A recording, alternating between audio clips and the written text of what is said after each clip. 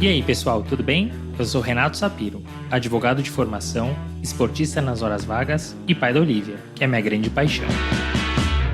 Sou sócio fundador da Sapiro Associados, uma consultoria focada em recrutamento jurídico e compliance, e sócio e cofundador da Reinvent Legal, uma escola de negócios voltada para o mercado jurídico, e este é o Retalks, um raio-x do mercado jurídico. Sejam muito bem-vindos.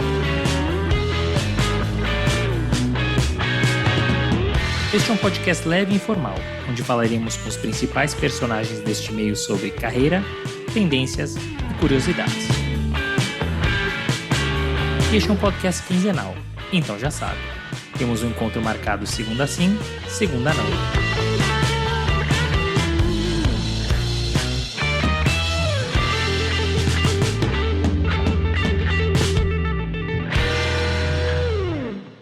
Esse é daqueles episódios que fico pensando por vários dias, dada a quantidade de informação nova e relevante. E isso me deixa muito feliz, pois é esse o nosso objetivo, trazer informação, conteúdo e conselhos. Rodrigo atingiu esse objetivo com maestria e ainda nos brindou com boas histórias sobre a sua carreira nacional e internacional, desafios enfrentados, e não foram poucos, além de trazer todo o seu conhecimento sobre privacidade de dados. E aproveite, pois ele é um dos maiores especialistas no mundo neste assunto. Rodrigo é formado em Direito pela Universidade Federal de Juiz de Fora. É especialista em Direito Econômico pela FGV e tem um LLM pela Universidade de Berkeley. Entrou na Ambev tão logo se formou e segue na empresa, mas na Bembev, resultado de uma fusão internacional onde é o DPO global. Mas melhor que ouvir de mim, vamos ouvir dele. Rodrigo, muito obrigado por ter aceitado o nosso convite aqui do Retalks, fico imensamente feliz. Você tem muita coisa bacana para trazer, uma carreira super sólida. E eu quero desde já agradecer meu grande amigo Maurício Rochel também por ter indicado você. É um prazer ter você aqui. Muito obrigado, Renato, pelo convite. Obrigado, Maurício, também por ter feito a ponte. E vamos lá, vamos dividir o que tiver para dividir. Rodrigo, a gente tem sempre aqui uma pergunta clássica, que é a que a gente vai começar. Você tem uma carreira que é bastante sólida, né? Muitos anos de Ambev e depois migrou para Embev, né? Então a gente está falando de 14 anos ao longo dessa trajetória, digamos, quase que única. Essa carreira, ela foi planejada de alguma maneira? E caso contrário, quais eram seus outros objetivos? Bom, acho que essa pergunta é difícil, né? Porque você planeja até onde dá, né? Então, no meu caso, acho que não foi muito diferente. Eu sou originário de Juiz de Fora, né, uma cidade do interior de Minas. E na época, toda a minha faculdade, né, todo o processo de aprender direito, de exercitar o direito, ele foi feito em um contexto de vou fazer um concurso público assim que sair da faculdade, né, vou ser promotor, vou ser juiz. Eu trabalhei muito nessas duas áreas antes de me formar. Mas acabou que no último ano de faculdade, por um amigo em comum, o processo de trainee da Ambev apareceu para mim, né? Apareceu na minha vida. Eu nem sabia que existia processo de trainee na época para advogado, e a Ambev fazia esse processo na época. Eu falei, mas eu não vou conseguir, né? Porque realmente se você já acha que vai vir alguém, sei lá, da PUC ou da USP, né? Eu me formei na UFJF, mas eu comecei a fazer. O processo foi um processo que demorou 6 meses, começou acho que com 30 mil pessoas, e no final estava eu e mais 2 pessoas de advogado no meio de um monte de engenheiros. Mas foi uma experiência assim maravilhosa para mim. Eu conheci muito do que, não só da companhia, né? Foi um processo que a gente ficou 6 meses aprendendo o que era a companhia. No meu caso especificamente, eu me apaixonei pela cultura, né? Essa questão de nunca estar satisfeito, de ter oportunidade, ser informal e de querer fazer o certo, né, que no final acabou sendo o norte da minha carreira. Então foi um processo para mim muito, muito interessante que eu acabei passando. Não era o meu plano, né, na sua pergunta, não era o meu plano no início. O meu plano era ser promotor ou juiz, mas acabou acontecendo a Ambev na minha vida, graças a Deus, e com ela eu tive a oportunidade não só de me desenvolver pessoal e profissionalmente, mas, enfim, morar em outro país, morar em várias cidades no Brasil, e isso foi muito gratificante. Poxa, muito interessante. Eu adoro. Está sendo. Muito bom, tem uma carreira ainda muito longa pela frente, a gente vai falar sobre isso. Rodrigo, eu gosto muito dessa pergunta, eu gosto de começar com essa pergunta, porque, primeiro, não tem uma resposta certa. Segundo, as respostas elas são sempre diferentes entre si. As carreiras, elas podem até ser planejadas, como a gente teve algumas respostas aqui, mas elas sempre acabam mudando a rota, não tem jeito, não dá para seguir a risca, né? Eu acho que essa é a beleza da carreira, em especial da carreira jurídica, né? Mas entrando na sua carreira propriamente dita, então foram 7 anos de Ambev, né? Você passou por diversas áreas e você começou circulando pelo Brasil, cuidando das regiões Nordeste, Sul e Sudeste, né? E depois, enfim, você acabou migrando para a Ambev, mudou de país e é onde você está hoje. Então, tomando por base essa experiência profissional de Ambev, de Embev, de circular pelo Brasil, de atuar fora do Brasil, você nota uma diferença do perfil do advogado brasileiro e do estrangeiro? E muda também o perfil do advogado brasileiro a depender da região? Essa é uma boa pergunta, Renato. Eu acho que, na minha experiência e tendo convivido com vários advogados brilhantes, eu acho que não, né? Eu acho que tem muito mais a ver com a pessoa, com o ambiente que essa pessoa está inserido, do que com a nacionalidade. Sim, bancas europeias, americanas, elas tendem a ser mais globalizadas, né? Acho que tem a questão do idioma, que ajuda. Muitas das publicações que a gente está sujeito, né, o que a gente vê, são em inglês. O advogado americano acho que tem uma vantagem inerente a ser americano, porque é a economia mais poderosa do mundo, então muitas das empresas vão ter que seguir, né, a legislação americana em uma série de situações. Acho que a questão anticorrupção é uma, né? O compliance, o norte ainda é Estados Unidos, a forma de pensar compliance, onde você tem mais casos, enfim, mais aprendizado. Mas eu lidei com pessoas brilhantes de diferentes nacionalidades, na África, nos Estados Unidos, na América Central, no Brasil, na Argentina.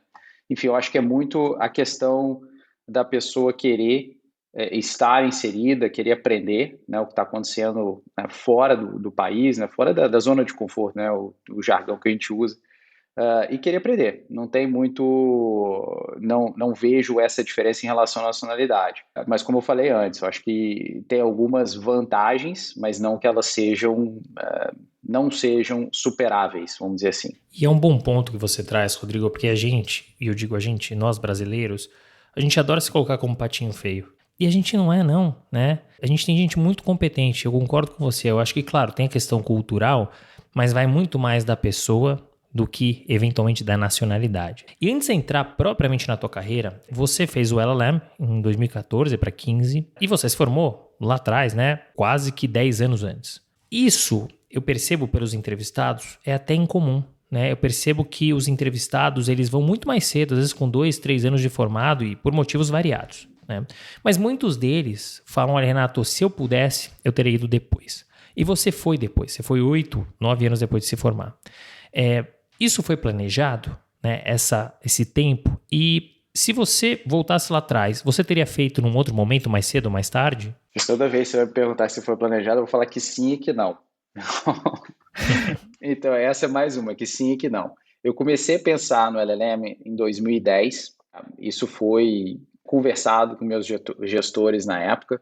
Eu queria, né, ter uma carreira internacional, e eu acho que a área de compliance é uma boa carreira para você fazer isso, porque tem padrões mais internacionais, é uma área em que você exercita muito a sua capacidade de liderar projetos, a sua capacidade de entender a legislação de um outro país sem necessariamente ser um especialista, né, e saber discutir.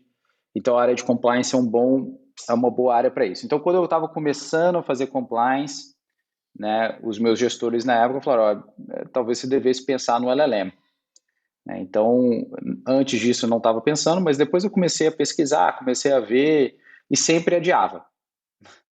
Até que em um verão, né, de 2013 para 2014, eu cheguei para um gestor meu, né, voltando de férias, e ele falou, tem que ser esse ano. Eu falei, mas não dá mais para ser esse ano, porque todos os cursos já fecharam, né, os applications. E ele falou, não, eu já pesquisei, Berkeley está aberto. E aí eu falei, tá bom, então vou fazer. Eu tinha 3 dias para me aplicar, e, enfim, para aplicar enfim, mandar todos os documentos. E quem fez a LLM sabe que é uma jornada, né? Fazer esse processo. A sorte que eu já tinha feito bastante coisa antes, né, para me deixar preparado, mas não era para ser naquele ano. O fato é que eu consegui, entrei no LLM Berkeley, que era o único que estava disponível realmente, e adorei, achei a experiência maravilhosa. Acho que tem uma vantagem de você ir depois, que normalmente as pessoas vão antes, que eu acho que um momento da vida que é mais fácil, né, de você parar, fazer. Logicamente depende muito da situação financeira, mas questão de família, tudo é mais fácil de controlar. Agora, ir depois tem uma vantagem que para mim é muito grande, que é você ir com experiência. Uma das grandes coisas que eu acho que alguém vai aproveitar de um mestrado, de um doutorado, de qualquer tipo de programa, especialmente fora, é trocar experiência com as pessoas, com quem tem mais experiência que você, ou quem tem experiência igual a você, e que pode dizer, olha, isso na minha jurisdição é assim, e você já dizer, não, eu já tive uma experiência assim assado, e isso enriquece, né, o programa. Então eu acho que eu tive bastante disso, né? Eu tive muita experiência para trocar, para dividir com as pessoas e recebi muito de volta. E acho que quando você tem um pouco mais de experiência também, você aprende mais do que você ouve, né? Você consegue relacionar aquilo mais com a sua prática. Então acho que ir depois tem a sua vantagem. Eu achei curiosa a sua história, porque normalmente quando os profissionais eles aplicam para o LLM, eles vão lá pedir autorização para o escritório, muitas vezes ajuda. E dessa vez foi o contrário, né? Quer dizer, você chega de volta na empresa e fala, não, é agora, você vai fazer, né? E que bom que Berkeley estava aberto, né? Porque é uma baita universidade, né? Exatamente. Imagino essa experiência que você vivenciou. E eu não vou chover no molhado, mas é muito do que você falou. Eu acho que se a pessoa, o profissional, tiver a possibilidade, se ele for mais velho, né, ele já vai ter essa rodagem, essa experiência, a troca vai ser muito melhor, o aprendizado vai ser muito melhor, né? Agora, Rodrigo, falando da Ambev e Embev, né? Quer dizer, a gente falou lá atrás, você começou circulando no Brasil, depois você veio para São Paulo, né? Inicialmente cuidando da área trabalhista, depois a área concorrencial e depois o compliance. E, enfim, depois que você mudou também para a Embev e para a Bélgica, você assumiu também a área de data privacy, né? Como é que se deram essas transições? Porque são áreas que muitas vezes são interligadas, mas diferentes entre si. Então, como é que se deram essas transições e como é que você se preparou para cada uma dessas áreas? Bom, Renato, eu acho assim, a Ambev, como é meu único emprego, né, não tive nenhuma experiência fora, mas eu sempre ouço dos meus amigos, enfim, de gente que está na companhia, mas que já teve experiência fora. É uma companhia ímpar, né, que te oferece muita oportunidade. Ela é muito informal e para as pessoas que realmente querem aprender, não sei se existe lugar melhor, né? Acho que é um misto, né? A companhia acreditar em você, né, e você aproveitar essas oportunidades. Eu tive experiência, e aí, assim, contando um pouco, né, de como isso passou a fazer parte da minha vida. No início da minha carreira, eu sempre fui muito bem, meio Caxias, querer entregar tudo e tal. E estava indo muito bem nessas rodadas pelo Brasil, né, entregando sempre resultado, batendo todas as metas, né, porque tive bônus duplo e tal, foi maravilhoso. Quando eu cheguei em São Paulo, que eu fiz a minha primeira transição séria de trabalhista para antitrust, que é complicado, eu tive um desafio muito grande, porque na época o General Counsel da Ambev, ele era especialista em antitrust, e a gente estava tendo muitos problemas, muitos casos no CAD, né, e que a gente tinha que resolver. Né, e uma parte grande disso era passava por compliance, né, que é você ter aquele lugar de fala, né, você conquistar o lugar de fala com o regulador, dizendo, olha, não, eu tenho um baita programa de compliance aqui, então eu posso sentar com você, né, para discutir, tá bom, o que a gente pode, como é que a gente resolve isso, né, como é que a gente eventualmente faz um acordo, endereça esses casos e resolve esses problemas. E a gente precisava ter um programa de compliance robusto. E eu não sabia absolutamente nada de antitrust, né? Mas virei especialista nacional em antitrust. E as discussões com o General Counsel na época eram ótimas, né? Eu tentando convencer ele de coisas que eu não tinha muita certeza e ele tinha completa certeza, porque além do conhecimento, ele tinha um histórico de todos os casos. E aquilo foi um momento, assim, para mim, na minha carreira, que foi muito complicado, né? Que eu falei, meu Deus, eu não vou conseguir, isso não vai dar certo, os caras vão me mandar embora, porque não dá, né? E eu acho que eu aprendi, assim, comecei a colocar na minha cabeça que se eu estava naquele lugar é porque ele acreditava em mim, né, que ele acreditava que eu ia conseguir. E também comecei a pensar, olha, eu tenho as ferramentas, né? Eu posso sentar, vou estudar, vou aprender com os escritórios, vou aprender com as pessoas que já passaram por aqui. E foi um pouco disso que eu trouxe para a minha carreira. Não tem nada que a gente não consiga fazer. É sempre pensar quem são as pessoas que vão poder te ajudar, né? Quem são as pessoas que vão poder te guiar. E de novo, sentar e estudar, né? Tem que estudar. Vai ter que estudar sempre, né? Que sempre vai ter um desafio novo, sempre vai ter uma coisa nova e sempre você vai ter que aprender algo novo. Então, além disso, né? Eu acho que também teve um outro momento da minha carreira quando eu vim para o Global que também foi um desafio, né? A própria língua, né, a vivência de trabalhar em inglês, para mim, foi diferente, diferente, né? Viver num país que fala Dutch e French, e aí do trabalho em inglês, também uma outra, né, experiência. Então, assim, são essas dificuldades que fazem a gente crescer. Então, acho que dentro da minha carreira eu tive várias oportunidades de fazer isso e eu aproveitei. Aproveitei fora do compliance, fiz corporate, fiz o M&A na Rússia, na Ucrânia. Trabalhei muito quando a gente adquiriu a SAB Miller, trabalhei muito em workstreams que não tinham nada a ver com compliance na África. Simplesmente porque a companhia me deu essa oportunidade, eu vi que aquilo era uma coisa que podia fazer parte das minhas ferramentas. E hoje, certamente, a gente consegue conectar, né, como todas as experiências que estão no passado, parafraseando o Steve Jobs, né, você connecting the dots, mas olhando para trás é muito mais fácil, né, de ver do que quando você está de frente para isso. E você traz uma palavra que é muito importante, que é oportunidade. Esteja aberto e pronto para as oportunidades, né? Porque elas virão.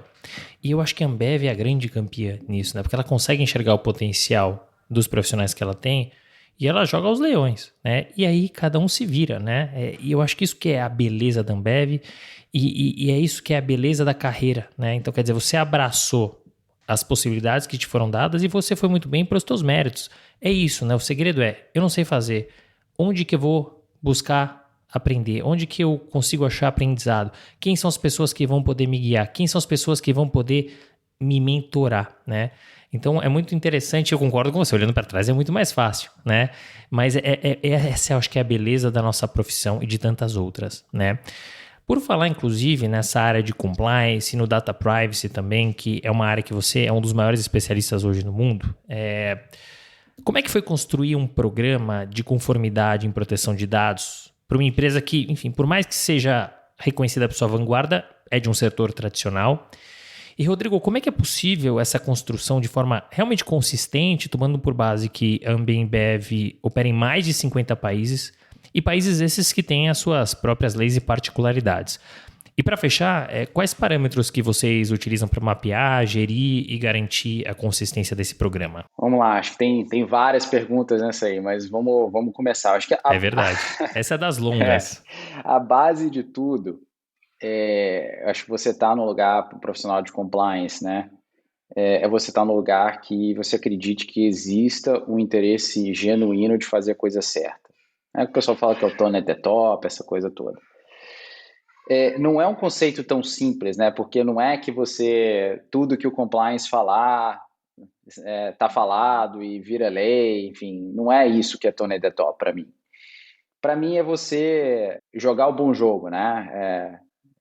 Enfim, e discutir as boas discussões, né? Você tem um ponto de vista, alguém vai te challenge, né? Por que isso é compliant e o outro não é? Por que né, alguém está fazendo e a gente não pode fazer? E tudo isso faz parte, né, do seu crescimento como, vamos dizer, um trusted advisor, né? Uma pessoa que não é só a polícia, mas também é uma pessoa que as pessoas vão recorrer para buscar informação e fazer a coisa certa.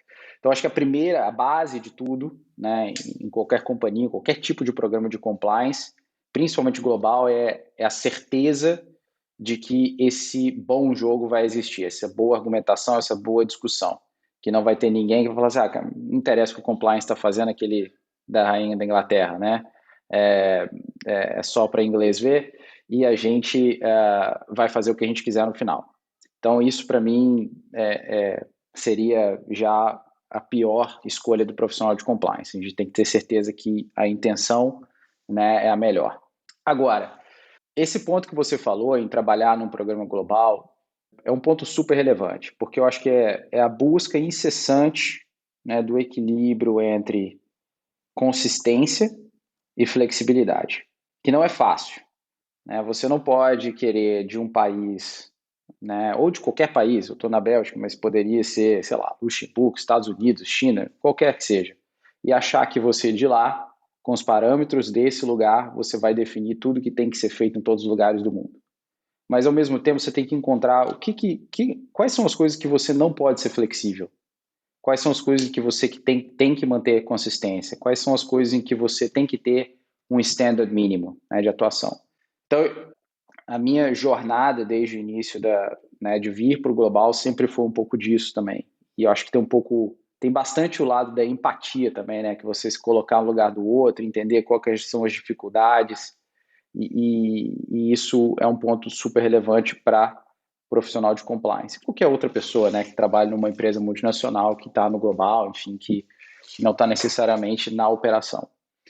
Agora, te dar um exemplo, né, do de uma coisa que ajudou a gente a chegar nesse, principalmente a mim, a chegar num equilíbrio que eu acho que hoje ele faz mais sentido. Não é perfeito, mas a gente evoluiu muito. Eu evoluí bastante na minha carreira em relação a isso.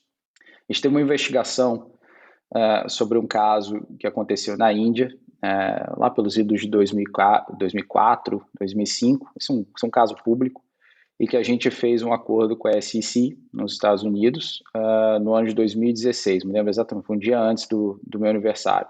Esse processo, essa investigação durou mais ou menos uns 6, 7 anos. No final, acho que a gente foi bem, né, porque a gente conseguiu demonstrar a consistência do nosso programa. Teve um caso, né, na Índia que a gente teve um processo que começou pelos idos de 2008, 2009, um processo de investigação que a gente finalizou em 2016, um dia antes do meu aniversário, que eu não vou me esquecer. Mas esse processo ele ajudou muito nessa busca desse equilíbrio, né? Porque a primeira pergunta que o regulador faz para você é, olha, como é que você me garante que o que aconteceu aqui não acontece em nenhum outro lugar do mundo? Quando você olha para o nosso caso, né, você tem 50 países, até você provar, e é uma prova difícil, né, uma prova de que você não faz, você vai ter, né, um processo longo de negociação em que você vai ter que provar que você tem, como eu falei, lugar de fala para sentar à frente do regulador e tentar discutir qual a melhor forma de resolver o processo. Então, esse caso mostrou para a gente que a gente deveria ter sim uma consistência, que antes a gente deferia muito, né, aos times locais, a forma de fazer as coisas, né, do ponto de vista de compliance, treinamento, esse tipo de coisa, mas ele mostrou para a gente que a gente deveria ter, sei lá, um mínimo, né, a gente deveria definir quais são as coisas que a gente não vai negociar, né, e que a gente vai ter pronto para o dia que um regulador bater na nossa porta, que a gente vai ter pronto para mostrar e evitar esse processo longo que consome não só dinheiro, mas tempo de todo mundo para chegar a uma solução. Então, hoje, trazendo isso para a privacy, né, a gente, só para você ter uma ideia do que é a prática, né, quando eu comecei a fazer privacy, isso foi pelos idos de 2017, a gente tinha que deixar a operação europeia pronta para o GDPR que ia entrar em vigor em 2018. Na época que eu fiz, eu sentei, né, pensamento de compliance, né, define o controle, abre o gap, muda o controle, faz o assessment de novo. Então, a gente definiu um controle baseado no GDPR e tinha um framework de 33 controles. Né? Eu sentei com um time de solutions, a gente fez e começamos a medir. Só que aquele é um processo maçante, né, que não deixava nenhum tipo de flexibilidade para os times nos países localmente se adequarem. Esse processo evoluiu, né? Então, se você for para frente 3 anos, que é agora, é um framework que tem 4 controles. Né? Então, ele é muito mais flexível. Hoje a gente fala, basicamente, que a pessoa tem que saber o que está acontecendo, né? Então ela tem que ter um inventário de atividade de processamento de dados, pelo menos up-to-date. Né? Então, isso não dá para brigar. Né? Você pode estar em Cuba, na Argentina, nos Estados Unidos, que você precisa saber, você precisa ter uma visão do seu risco. Segunda coisa você tem que fazer o assessment de impacto, né? O Privacy Impact Assessment, ou pelo menos manter o registro dessas atividades que você mapeou no passo anterior. O terceiro é Training and Awareness, né?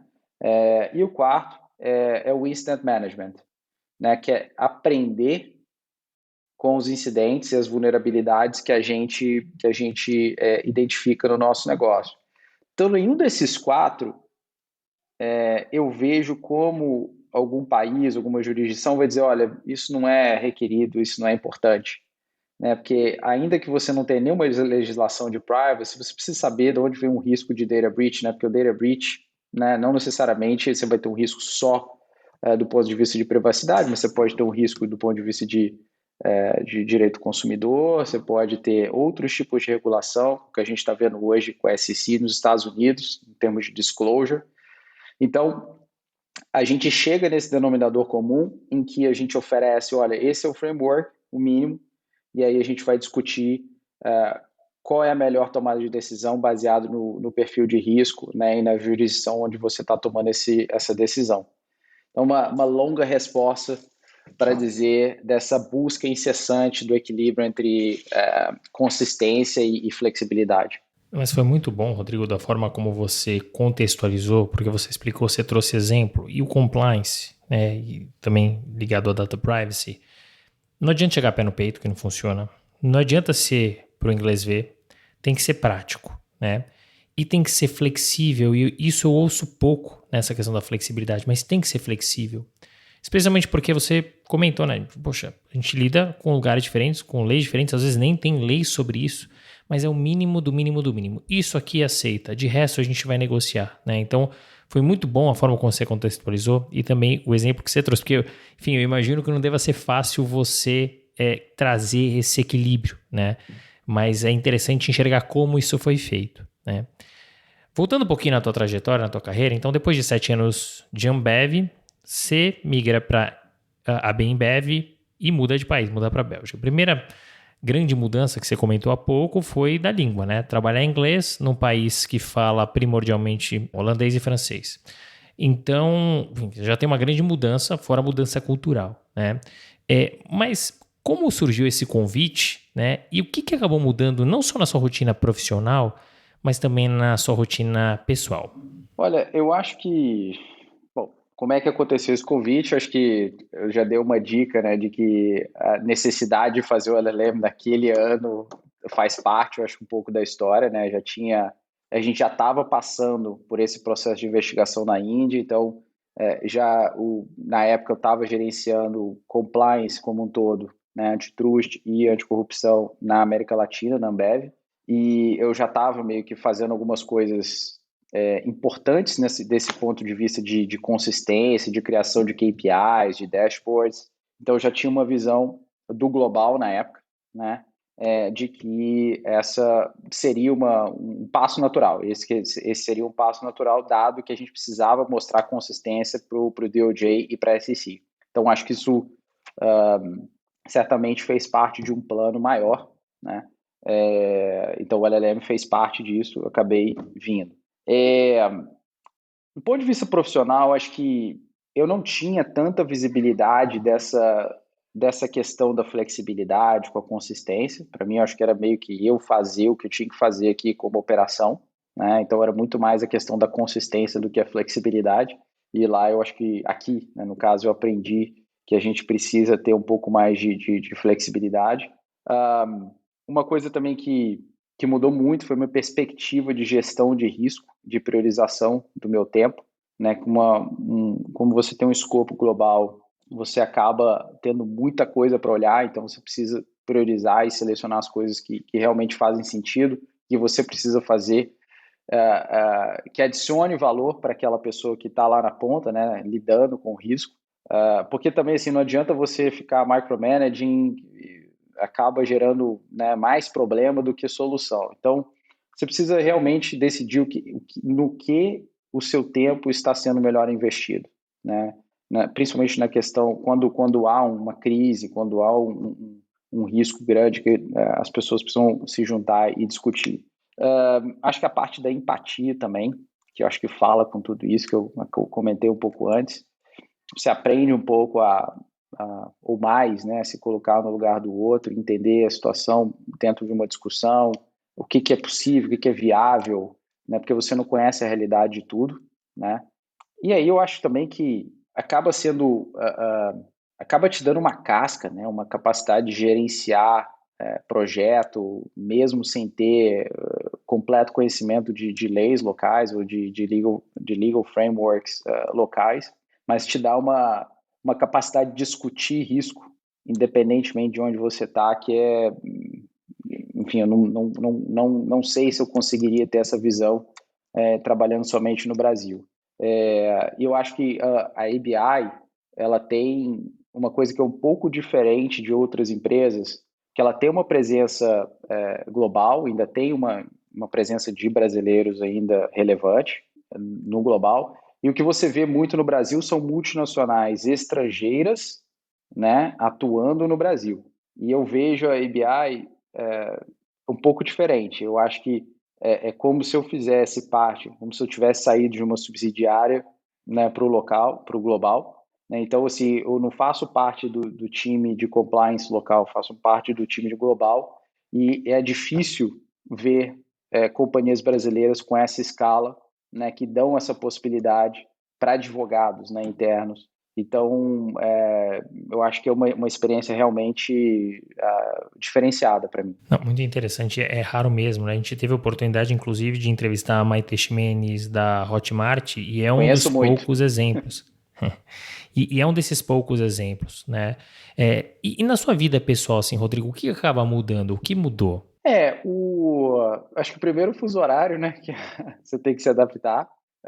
Hoje, bom, como eu estou mais ou menos no meio, assim, né, em termos de fuso horário do mundo, eu consigo decentemente fazer calls com a Ásia e com as Américas, mas a maioria, né, das minhas reuniões são direcionadas pelas Américas, né, porque são as nossas operações mais fortes, é onde tem a outra parte do Global Headquarters também. Então, a questão dos horários fica difícil, né, então você tem que se disciplinar para também não ficar só fazendo call o dia inteiro. E antes da pandemia eu viajava bastante, né, agora eu viajo bem menos ou quase nada, e eu acho assim, isso foi bom, né, do ponto de vista familiar, do ponto de vista pessoal. Agora, eu estou realmente ansioso para a gente encontrar um equilíbrio de novo, né? Um equilíbrio em que a gente não tem que viajar tanto, mas também não tem que abrir mão, né, desse contato pessoal, desse contato, né, face to face, que eu acho que é super importante. A gente é humano, né, no fim do dia, então é importante a gente ter esse contato para poder se entender melhor. Eu acho que isso é muito relevante. Mas é isso, eu acho que os horários, eu acho que também o clima, né? Eu concordo com você. Hoje, agora a gente vai se aproximando mais do final do ano, acho que nem o frio que me incomoda mais a falta do sol, né? Que começa a ficar complicado, que amanhece, né, e amanhece só quase às 9 da manhã. Então, assim, 4 ou 5 horas começa a escurecer, né? essa é uma parte que incomoda um pouco, mas assim, eu estou super acostumado, adoro a Bélgica, meu filho nasceu aqui, então estamos super acostumados. É bacana. E a Europa é maravilhosa, né? Porque, claro, a gente está ainda em período pandêmico, mas, enfim, são países menores e com isso você consegue, enfim, pegar um trem. Eu acho isso maravilhoso. Poxa, vou passar o final de semana em Londres, pega um trem, 2 horas está em Londres. Vou passar o final de semana em Paris. Então, você consegue aproveitar e conhecer culturas diferentes, assim, num espaço muito curto. É difícil aqui, né? Porque você tem que pegar um avião para ir para os países mais perto, afinal, o Brasil tem proporções continentais, né? É, mas, poxa, que bacana, muito interessante ouvir um pouquinho dessa mudança, porque muda mesmo, né? A gente está falando de uma mudança profissional, mas que não tem jeito, envolve uma mudança pessoal, principalmente quando você tem a sua família, né? Quando você não vai sozinho. Você já trouxe um teaser nessa pergunta que eu fiz, né? Mas assim, tomando por base que a Ambev é uma empresa super dinâmica, como é que é possível ser um gestor global, mas com níveis de tomada de decisão que também são regionais e muitas vezes envolvem unidades de negócios distintos, sem perder a agilidade?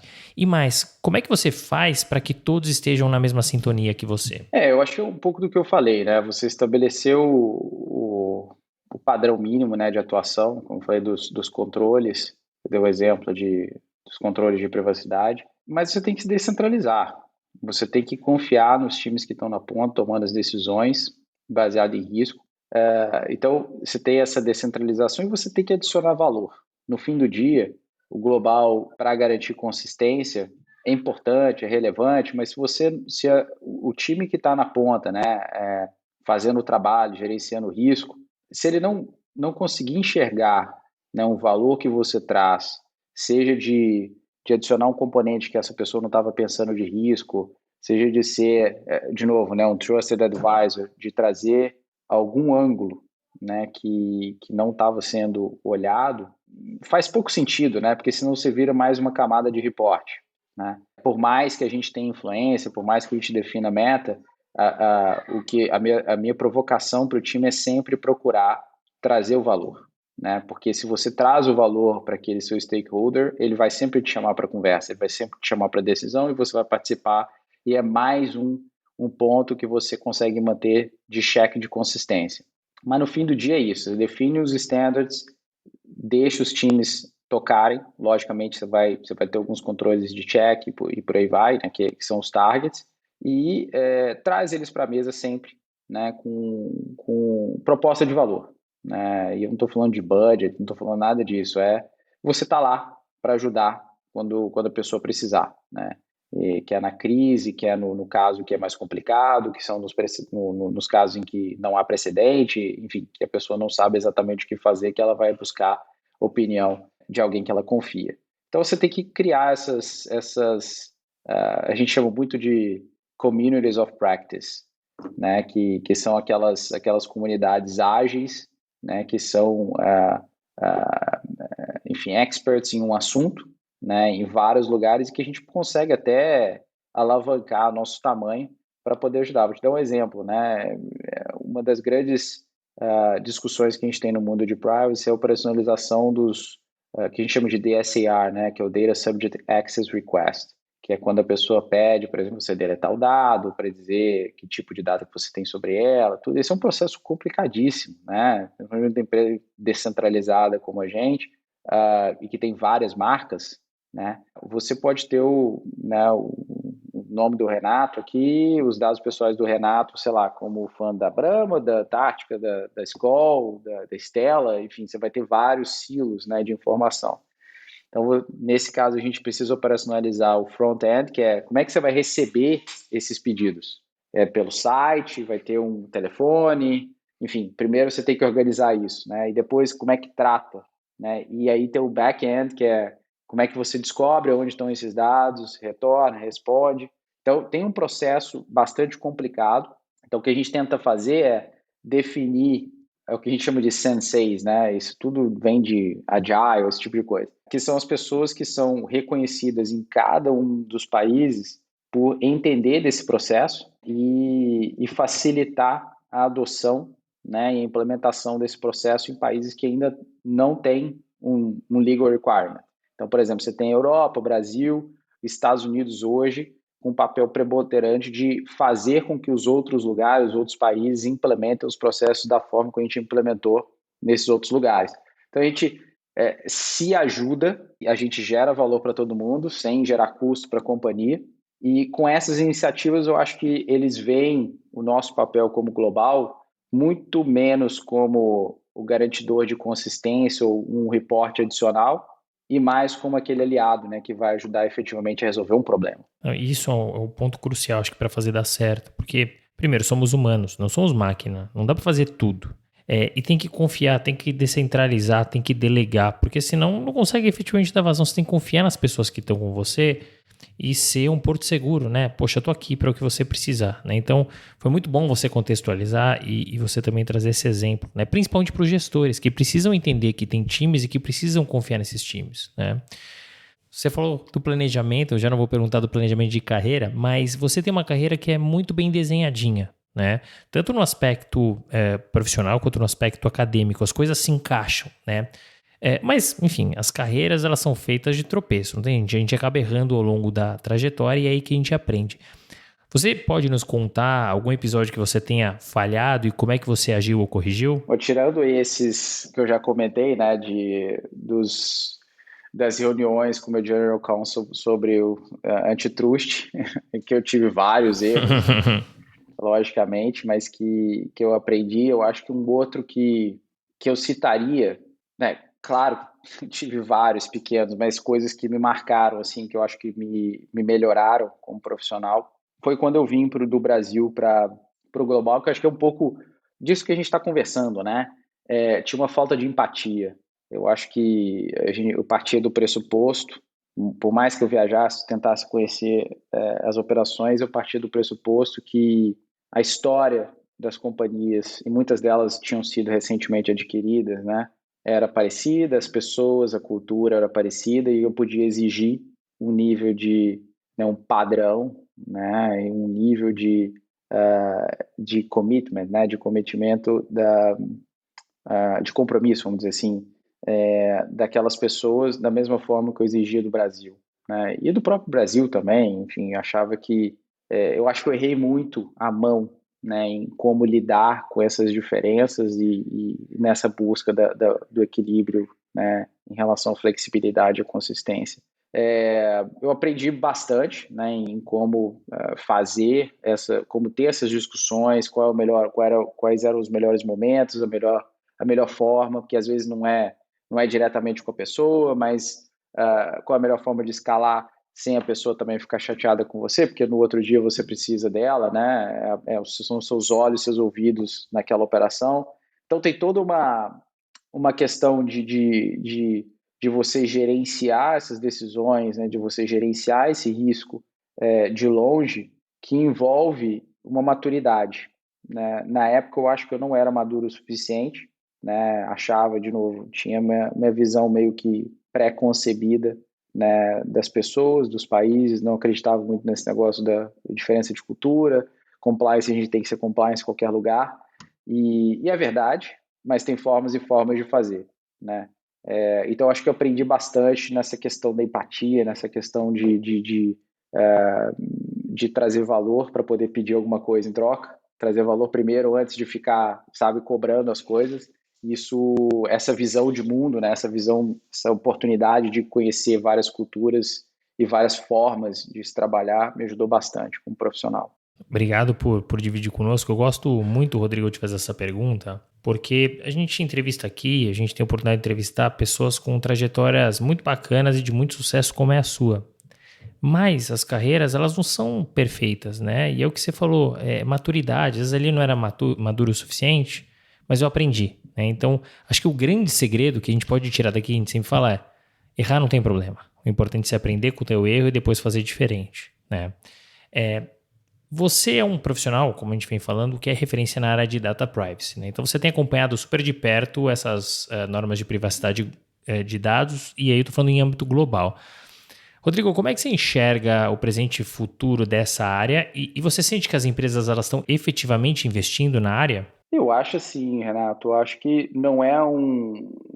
não daria para a gente generalizar. O que eu acho, quer dizer, se eu fosse generalizar, eu diria que sim, que as empresas estão mais atentas, estão investindo mais, mas isso logicamente não é um movimento uniforme. Quando eu comparo, por exemplo, compliance anticorrupção, que é um negócio que começou, sei lá, pelo menos há 20 anos, né, pelo menos com força, né, nos anos 2000, a evolução é muito maior, né?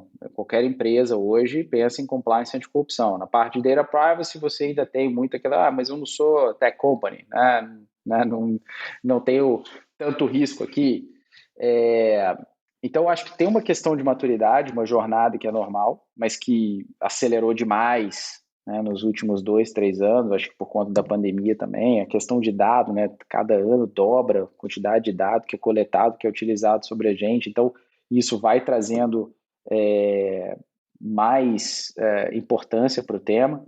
Tem as organizações, aqui na Europa, a None of Your Business, a NOIB, né, do Max Schrems, que tem uma proeminência muito grande em puxar os reguladores, as empresas, tem discussões legislativas em que as empresas estão sendo envolvidas, né, sobre a questão de marketing digital, tracking, as próprias tech companies estão falando sobre isso, se eliminam, se não eliminam, a Apple está usando privacy como uma grande propaganda agora, então, assim, todo esse contexto eu acho que ele leva a gente a crer de que não tem volta, né? Isso é uma coisa que vai acontecer no mundo inteiro, as empresas vão ter que se adaptar.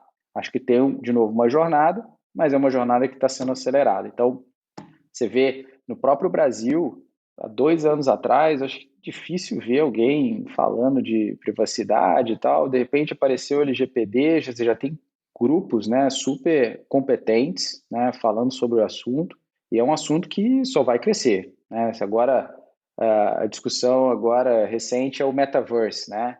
Então, o potencial disso a gente nem sabe muito bem o que que é, mas quando efetivamente acontecer, é, não vai ter mais a diferença, né, entre o que é a privacidade, né, e o que não é, porque se você está 100% do tempo, né, na internet e, sei lá, fazendo compra no supermercado com óculos de virtual reality, tudo aquilo é dado pessoal, né? Então, como é que isso, os issues, né, as possibilidades, elas vão escalar de uma forma exponencial. Então, acho que esse é um aspecto. Do ponto de vista regulatório, eu também vejo os reguladores, logicamente, com um atraso, que é normal, né, acompanharem essa tendência. Então, eu já vejo, por exemplo, e é o que a gente está fazendo aqui na Ambev, na EBI, no caso, mudar o escopo, expandir o escopo do nosso programa, que a gente chama de Digital Ethics, né, e tem uma razão para isso. A gente não quer olhar só para proteção de dados, a gente quer olhar para essas regulações de artificial intelligence que estão aparecendo, inclusive no Brasil tem também, na China tem. A gente quer olhar que vão além de privacidade. A gente está olhando para gerenciamento de crise, né, para além de data breach. Então, por exemplo, esses ransomware attacks que a gente tem visto, que não necessariamente tem a ver com privacidade, mas eles acabam com uma companhia, né, do ponto de vista de reputação e do ponto de vista operacional também, que a gente não consegue entregar, né, não consegue produzir. Então, como é que a gente se torna advogados especializados em gestão de crise, né? De novo, para além de data breach, para além de comunicar para a autoridade reguladora e tal, não sei o quê. A gente está vendo também a SEC tendo um ângulo regulatório diferente, né, em relação a cybersecurity e privacy, da parte de disclosure, né? O que é material para ser disclosed para investidores, e se você não faz, que tipo de penalidade você está sujeito, né? Tem dois casos recentes aí em que houve penalidade por empresas que overstated controles e understated vulnerabilities. Desculpa pelo anglicismo, mas é que de vez em quando fica difícil traduzir rápido. Mas então assim, você vê empresas realmente tendo problemas com isso. Então, os reguladores eles estão expandindo também, né? Todo o risco, o perfil de risco das empresas relacionado à gestão de dados. E aí eu, de novo, não quero ficar aqui limitado a dados pessoais. Então, eu acho que as empresas estão fazendo, reguladores vão acompanhar, então eles vão recrudescer em relação à criação de novas legislações, o enforcement dessas legislações, e eu acho que o contexto que a gente está vivendo é um que não vai voltar, né? Então, esse movimento, tanto das empresas quanto dos reguladores, tende só a aumentar.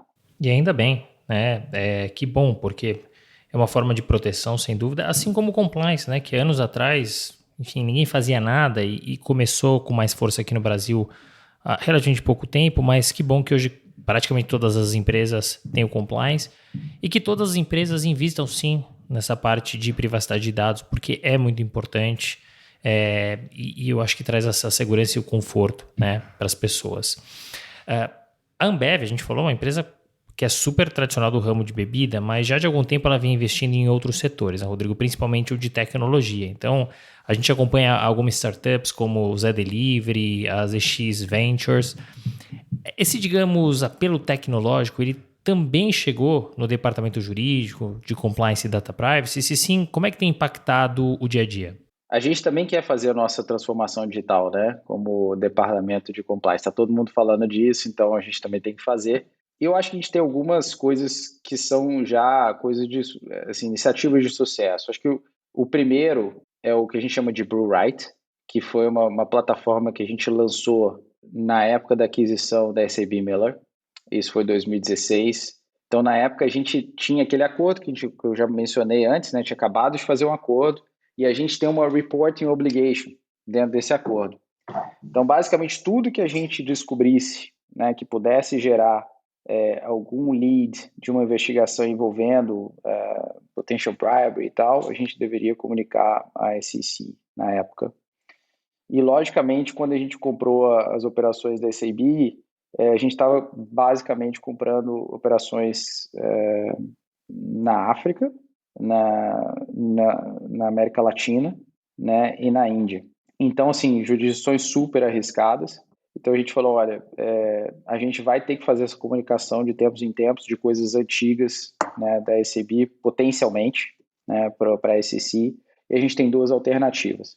Uma é fazer uma due diligence normal, né, pagar milhões para advogados, auditores, tal, para checar books and records, tal.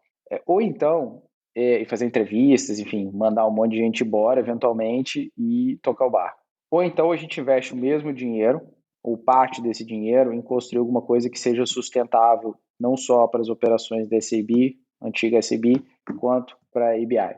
E a gente decidiu fazer a segunda parte, a segunda opção, enfim, porque a gente queria construir alguma coisa sustentável e transformacional. Então, basicamente, o que a gente fez foi, ao invés de fazer essas auditorias, a gente criou controles, itens de controle, que no futuro viraram Artificial Intelligence, vamos dizer assim, algoritmos, né? Então, a gente criou testes. Então, por exemplo, a gente tinha um dashboard de, sei lá, que a gente chama de Touchpoint Vendor, né? Então, todos os vendors, né, os suppliers que prestavam serviço para a gente fez o upload de todos os pagamentos que estavam sendo feitos para esses suppliers, que eram milhares, né, no mundo inteiro. Então, você imagina o trabalho que deu para a gente juntar todas as fontes de informação em um único dashboard.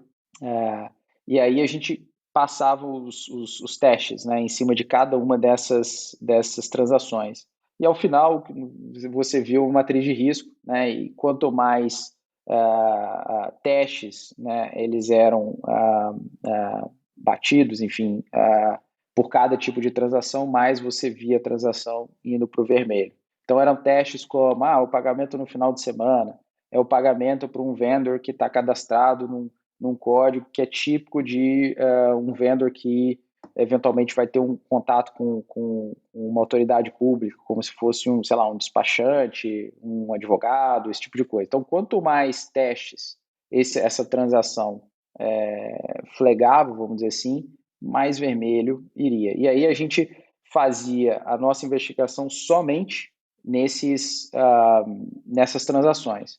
E isso a gente expandiu para o mundo inteiro. Então, esse é o Blue Right, que a gente começou a fazer e existe até hoje.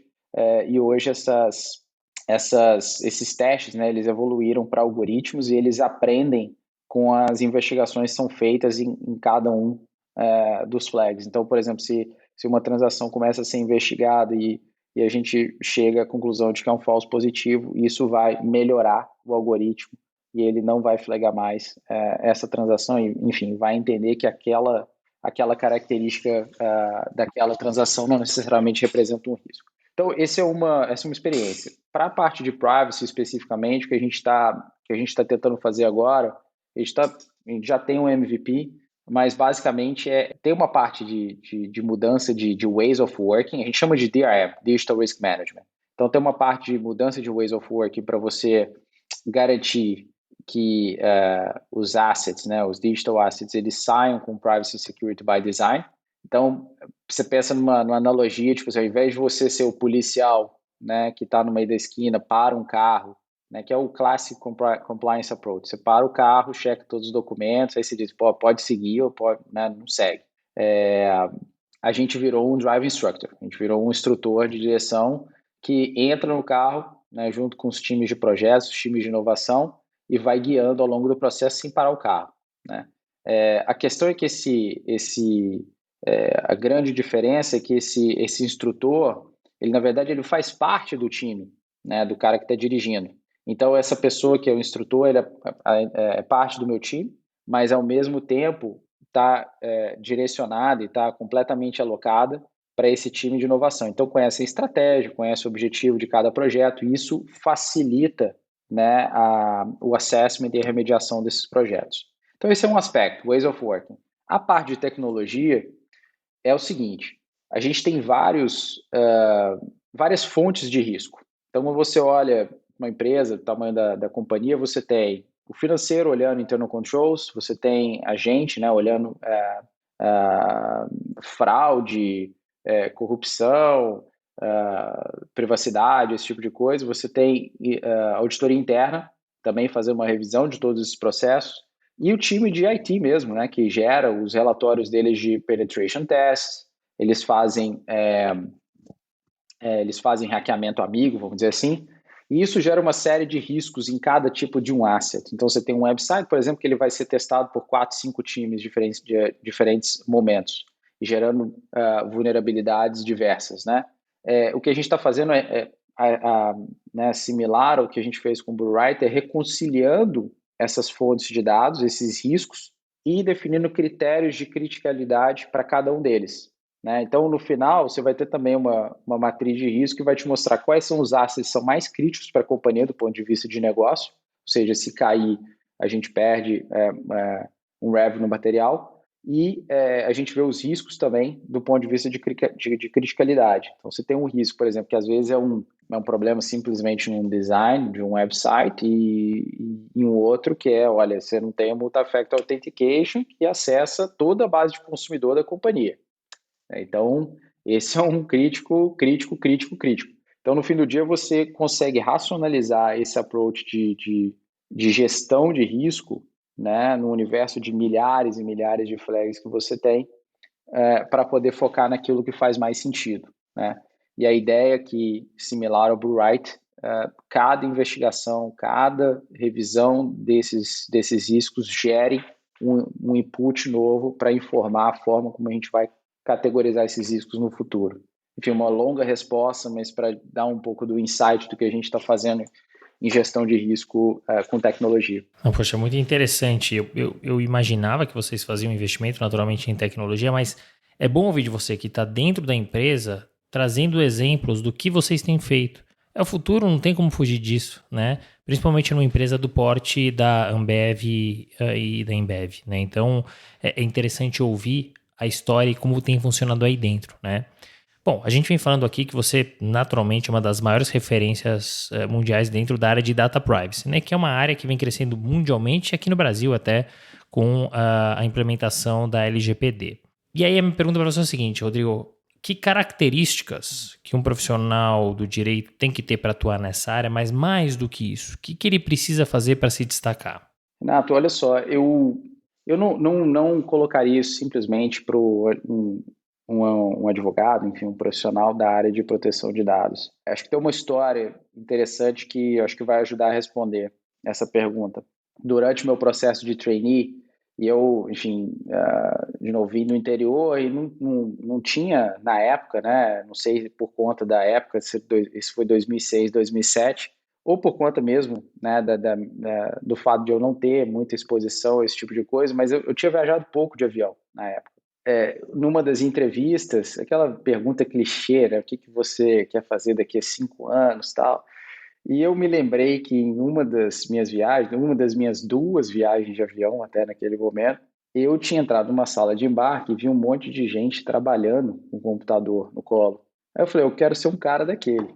E então, assim, eu acho que isso ajuda a responder a pergunta, porque olha, eu, né, saí desse contexto e estou aqui, acho que sou muito feliz com o que eu consegui até agora, enfim, continuo super focado nos meus desafios, no que eu quero fazer daqui para frente, e eu acho que qualquer pessoa pode fazer isso. Né? É claro que você tem diferenças em termos de oportunidade, tudo, e eu acho que a gente tem que trabalhar nisso, eu acho que a Ambev tem feito um bom trabalho nisso, mas eu acho que qualquer pessoa que quiser fazer alguma coisa, quiser estudar, quiser aprender uma área nova, acho que tem que buscar, batalhar pela oportunidade e estudar, procurar aprender, procurar quem são as pessoas que vão te ajudar. Inclusive, assim, eu tenho feito bastante mentoria e tal, acho que é uma coisa muito gratificante, né? Você poder ajudar as pessoas que estão mais no início da carreira a conseguir descobrir o verdadeiro potencial. Então, de novo, não limitaria isso para uma área de privacidade, mas eu acho que, assim, Hoje a informação é muito fácil, né? Acho que faz sentido, que faz mais sentido a pessoa sentar e qual que é a informação que eu quero buscar, qual que é o tipo de qualidade correta, né? E que nível de profundidade eu quero ir para ser uma referência. Eu acho que uma outra, só para fechar, buscar também criar os legados, entregar as coisas, né? Criar os legados, olhar para trás, eu ajudei a construir isso, eu ajudei a construir aquilo e conseguir, né, colocar isso dentro da sua mala, né, que você vai levar para discutir com as pessoas o seu futuro. Acho que é um pouco dessas duas coisas que eu falaria. É muito bacana, eu gostei, porque realmente serve para privacidade de dados e serve para outras áreas, né? É foco, é dedicação, muitas vezes a oportunidade bate a porta, mas outras tantas não, mas a gente tem que se preparar para elas, né? Então, é isso, hoje a informação ela tá fácil, né? Anos atrás não era assim, né? Vai lá no Google, busca informação, busca o que você quer, dá para você se preparar, né? Então, acho que esse é o ponto principal. Tudo é possível, né? As pessoas, de novo, não somos brasileiros, não somos patinhos feios. A gente dá para tudo, dá para ser. Quer treinar uma carreira internacional? Corra atrás. Quer treinar uma carreira dentro de privacidade de dados? Corra atrás, é possível, né? Então, obrigado por dividir conosco esse conselho que serve para todo mundo do nosso mercado, né? Eu acho que, só para fechar esse ponto também, acho que você falou do negócio do patinho feio, morando aqui, trabalhando aqui, uma coisa que eu fico revoltado é quando a gente tem essa síndrome de vira-lata, que não dá, não dá. E a primeira pessoa que a gente tem que convencer é a gente mesmo de que a gente não é, e quando a gente chega em reunião fora, né, com gente, enfim, da Europa, tudo, aí, se a gente não se coloca, logicamente, vai existir um pouco de, enfim, de resistência, tudo, né, por que essa pessoa está aqui, não uma pessoa que efetivamente, né, pudesse, será que não tem ninguém na Bélgica que poderia fazer esse trabalho? Algumas pessoas que, né, mais ignorantes vão se fazer essa pergunta, mas você precisa acreditar no seu potencial, acreditar que você está ali por uma razão. É isso, porque se você não acreditar em você mesmo, afinal, quem que vai acreditar em você, né? E agora, para fechar, Rodrigo, que profissional que você gostaria de ver aqui no Retalks? Eu não falei com ele ainda, mas eu acho que... Melhor assim, vai na surpresa. Eu queria muito ver um colega, um amigo, um grande amigo que eu tenho e que está num mundo um pouco diferente. Ele é advogado também, se formou comigo, se chama Hugo Mendonça e ele é o gestor jurídico, vamos dizer, o diretor jurídico do ABC da Construção, que é uma empresa que cresceu assim assustadoramente. Ela é da minha cidade, mas hoje está com sede em Belo Horizonte, mas tem filiais em vários lugares no Brasil. Enfim, está com bastante investimento de gente grande no mercado, né? Eu acho que eles estão fazendo um grande trabalho de expansão e enfim, de materialização dessa marca que eu acharia muito legal, né, que ele tivesse oportunidade também de dividir um pouco da carreira dele. Poxa, muito bacana, e a indicação, Rodrigo, vem num bom momento, porque a gente está trabalhando justamente na agenda do podcast 2022, na nossa terceira temporada, e olha, vem gente muito boa aí, mantendo o nível dessa segunda e da primeira temporada, vem histórias muito bacanas, então obrigado pela indicação, e se você puder nos ajudar naturalmente fazendo essa ponte, assim como o Maurício fez com você, vai ser um grande prazer. Já queria também, Rodrigo, aproveitar para te agradecer pelo bate-papo. Olha, aprendi muita coisa. É uma área que gera muita curiosidade. Parabéns pela tua trajetória, carreira, persistência. Desejo muito boa sorte e sucesso para você nessa continuidade. E obrigado por ter aceitado o nosso convite. Obrigado, Renato. Obrigado, Maurício, de novo. E foi muito legal ter batido o papo com você. E espero que o pessoal goste, a audiência goste. Fim de papo. Se você gostou, recomenda para seus amigos. Se não, fala comigo que eu quero te ouvir. Até a próxima!